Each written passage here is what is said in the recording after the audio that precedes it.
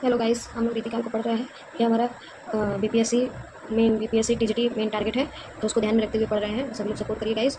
और इसका previous year है तो आप लोग देखते रहिए, क्योंकि ये सारे क्वेश्चन आ सकते हैं बीपीएससी में। ठीक है, चलिए शुरू करते हैं। निम्नलिखित कवियों को उनके जीवन काल अनुसार आरोही क्रम में व्यवस्थित कीजिए। तो ये है पहले केशव, सेनापति, देव और पद्माकर। इनका हम देख लेते हैं विस्तार से। उपयुक्त कवियों का जीवन काल अनुसार आरोही क्रम में केशव का जो जीवन काल है, जो समय है, वो 1555 है। सेनापति का 1589 है। देव का 1673 है। पद्माकर का 1753 है। तो इसको दोबारा देख लीजिए।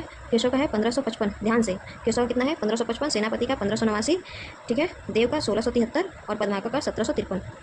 निम्नलिखित कवियों का जन्म काल के अनुसार क्रम निर्धारण कीजिए। ये सारे क्वेश्चन बहुत पूछता है गाइस, तो उसको देखते रहिए और याद करिए। इसमें है जन्म काल के अनुसार, इसमें रहीम पहले आएंगे, फिर घनानंद, फिर रसलीन और ठाकुर। इनका काल देख लीजिए। रहीम का जो काल है वो 1556 है, ठीक है।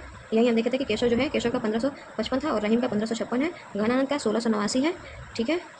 और वही हम सेनापति का देखे थे, 1589 था, इनका 1689 घनानंद का। रसलीन का 1696 है और ठाकुर का 1766 है, ठीक है।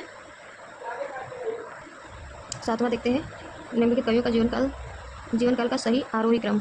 तो आरोही क्रम में देखेंगे, बिहारी पहले आएंगे, फिर भूषण आएंगे, फिर मतीराम, फिर देव। इनका जीवन काल आगे देखते हैं, ठीक है।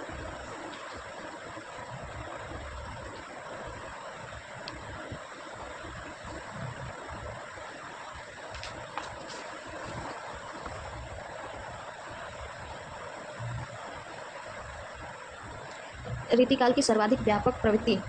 तो जो रीतिकाल में सर्वाधिक जिसका विवेचन हुआ है उसके बारे में पूछ रहा है। तो इसमें नायिका भेद और श्रृंगार रस का विवेचन किया गया है, ठीक है। इसका विस्तार देख लेते हैं। रीतिकाल में रस विवेचन के संदर्भ में नायक नायिका भेद का विवेचन मतीराम, तोष, रसलीन प्रभृति अनेक कवियों ने किया है। इस काल की सर्वाधिक व्यापक प्रवृत्ति नायिका भेद और श्रृंगार रस विवेचन रही है। रीतिकाल में किस रस की प्रधानता रही है? तो ये नवा क्वेश्चन है। रीतिकाल में किस रस की प्रधानता रही है? तो सबसे ज़्यादा जो है श्रृंगार काल की प्रधानता रही है। श्रृंगार रस की प्रधानता रही है।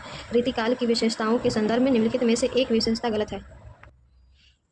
तो कौन सा गलत है? रीतिकाल में प्रकृति का आलंबन रूप में वर्णन हुआ है, ठीक है। अगला है, देखिए इसका विस्तार। रीतिकाल में स्वतंत्र और आलंबन रूप में प्रकृति चित्र बहुत कम हुआ है। प्रकृति चित्र क्या हुआ है? बहुत कम हुआ है। रीतिकाल की अन्य विशेषताएं इस प्रकार है, जैसे उसमें लक्षण ग्रंथों का निर्माण हुआ है, श्रृंगार चित्र हुआ है, वीर और भक्ति काव्य है, नीति काव्य है, ब्रजभाषा का उत्कर्ष है, अलंकारिता तथा विविध काव्य रूप है। रीतिकालीन कवियों की काव्य भाषा क्या थी? तो उसमें जो थी वो ब्रजभाषा थी, ठीक।